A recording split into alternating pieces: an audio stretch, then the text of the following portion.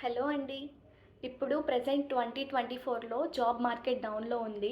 Job కొట్టడం చాలా కష్టంగానే ఉంది అందరికీ. కానీ ఇంపాసిబుల్ అయితే కాదు. మనకి మంచి స్కిల్స్ ఉండి, పేషెన్స్ ఉంటే ఎలాంటి టైంలో అయినా జాబ్ కొట్టొచ్చు.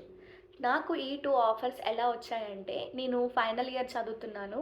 మా కాలేజ్‌లో ఆన్ క్యాంపస్ డ్రైవ్స్ ట్రై చేస్తున్నాను అండ్ ఆఫ్ క్యాంపస్ డ్రైవ్స్ కూడా ట్రై చేస్తున్నాను. మోస్ట్‌లీ ఇంకా ఒక 3 మంత్స్ వరకు నేను ప్రతి కంపెనీకి అప్లై చేస్తూనే ఉన్నాను. On campus and off campus. నాకు రిగ్రెట్ మెయిల్స్ తప్ప ఒక్కసారి కూడా సక్సెస్‌ఫుల్ అయిన మెయిల్ రాలేదు. ఇంట్లో నుంచి ప్రెషర్ ఎక్కువైతది. ఇంట్లో వాళ్ళతో కూడా మనస్ఫూర్తిగా మాట్లాడలేము. వాళ్ళేమనరు. కానీ మనకు అనిపిస్తది కదా! ఇవన్నీ ఫేస్ చేసిన తర్వాత చాలా స్ట్రగుల్స్. ఎక్కడో ఇంకా పొలంలో మొలకలొచ్చాయి అన్నట్టు నాకు ఆఫర్స్ అయితే వచ్చాయి. నేను ఆన్ క్యాంపస్‌లో ఒక 100 డ్రైవ్స్ దాకా పెట్టుంటాను. అందులో ఒక 70 సీవీ షార్ట్ లిస్ట్ అయ్యి ఉంటాయి. ఒక 30 ఎగ్జామ్స్ పాస్ అయ్యి ఉంటాయి. ఒక 10 మాత్రమే ఇంటర్వ్యూస్ దాకా ఎళ్ళుంటాయి. అవన్నీ ఎళ్ళిన తర్వాత నాకిష్టమైన రోల్‌లో డేటా సైంటిస్ట్‌గా జాబ్ వచ్చింది ఆఫర్ లెటర్ మొన్ననే రీసెంట్‌గా. అండ్ ఆన్ క్యాంపస్‌తో పాటు నేను బయట ఆఫ్ క్యాంపస్‌కి కూడా పెడుతున్నాను చెప్పాను కదా! నేను ఆఫ్ క్యాంపస్‌లో కూడా చాలా కంపెనీస్ 100+ కంపెనీస్‌కి అప్లై చేసుంటాను. ప్రతిసారి రిగ్రెట్ మెయిల్స్ వస్తుండేవి. నాకసలు పెట్టాలనిపిచ్చేది కాదు. మానేసేదాన్ని. పెట్టినా రావు, వేస్ట్ అని జెప్పి. కానీ ఇంకా సర్లే ఎలా అయినా జాబ్ కొట్టాలి గదా! ఒకసారి ట్రై చేద్దాం ఏముంది అని నాకు నేనే కాన్ఫిడెన్స్ ఇచ్చుకొని ప్రతి జాబ్‌కి అప్లై చేసేదాన్ని. ఇట్లా ఇన్‌స్టాగ్రామ్, వాట్సాప్ ఇవన్నీ పేజెస్‌లో అప్లై చేసేదాన్ని. నాకు ఎసెంచర్‌లో జాబ్ ఆఫర్ అయితే వచ్చింది. అందులో 3 రౌండ్స్ జరిగాయి ఎసెంచర్‌లో అండ్ మ్యూసిగ్మాలో 2 రౌండ్స్ జరిగాయి. అవి క్లియర్ చేశాను. ఇంకా జాబ్ ఆఫర్ వచ్చింది. ఇప్పుడు ఫైనల్‌గా అయితే కొంచెం ఫ్రీగా ఉన్నాను.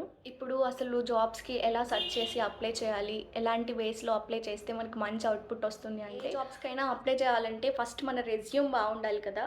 ఇప్పుడు ఏటీఎస్ టెంప్లెట్స్ అని చాలా ఫేమస్ అయితున్నాయి. అట్లాంటి టెంప్లెట్స్ మీరు డౌన్‌లోడ్ చేసుకోండి. సేమ్ మంచి స్కిల్స్ పెంచుకోండి. ఎసెంచర్, విప్రో, ఇన్ఫోసిస్, ఐబీఎం ఇట్లాంటి కంపెనీస్ అన్నీ ఇంటర్న్‌షిప్స్ ప్రొవైడ్ చేస్తున్నాయి ఫ్రీగా అండ్ ఆన్‌లైన్ కోర్సెస్ ప్రొవైడ్ చేస్తున్నాయి. అలాంటి కోర్సెస్ చేయండి, ఇంటర్న్‌షిప్ చేయండి, నాలెడ్జ్ పెంచుకోండి. దానిపైన ప్రాజెక్ట్స్ చేయండి. అవన్నీ మీ ఏటీఎస్ టెంప్లేట్‌లో ఫిల్ చేయండి. మంచి కంటెంట్ పెట్టుకోండి రెజ్యూమ్‌లో.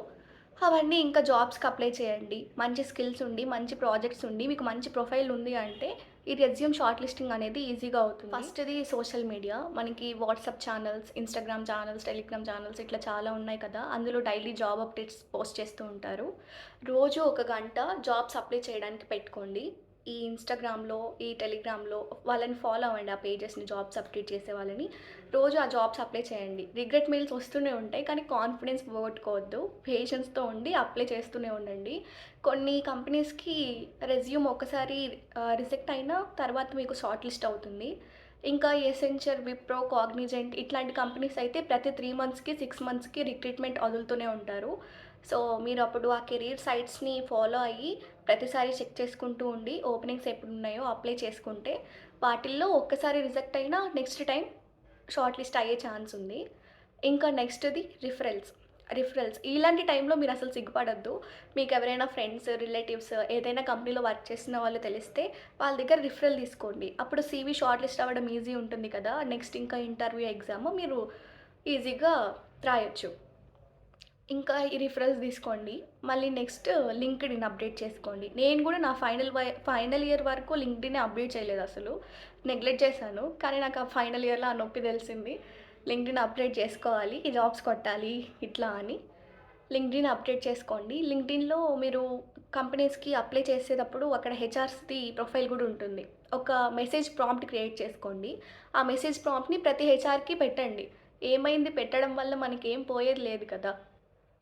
ఒక 10 హెచ్ఆర్‌లకి, ఒక 100 హెచ్ఆర్‌లకి పెడితే వాళ్ళలో ఒక ఐదుగురు లేదా ఒకరైనా రియాక్ట్ అయితే మన సీవీ షార్ట్ లిస్ట్ అయ్యి మనకి ఇంటర్వ్యూ ప్రాసెస్ జరుగుతుంది. సో, మనది అవసరం గాబట్టి మనం అన్ని విధాలా ట్రై చేయాలి. డైలీ ఒక 1 అవర్ జాబ్స్‌కి అప్లై చేస్తూ ఉండండి. లింక్డ్ఇన్ ప్రొఫైల్ అప్డేట్ చేసుకోండి. నాకరీ, ఇండీడ్ ఇట్లాంటివి ఉంటాయి కదా! అందులో మంచి ప్రొఫైల్ క్రియేట్ చేసుకోండి. అప్లై చేస్తూ ఉండండి. ఈ అన్నీ వర్కౌట్ కాకపోయినా ఏదో ఒకటైనా వర్కౌట్ అయితది పక్కా.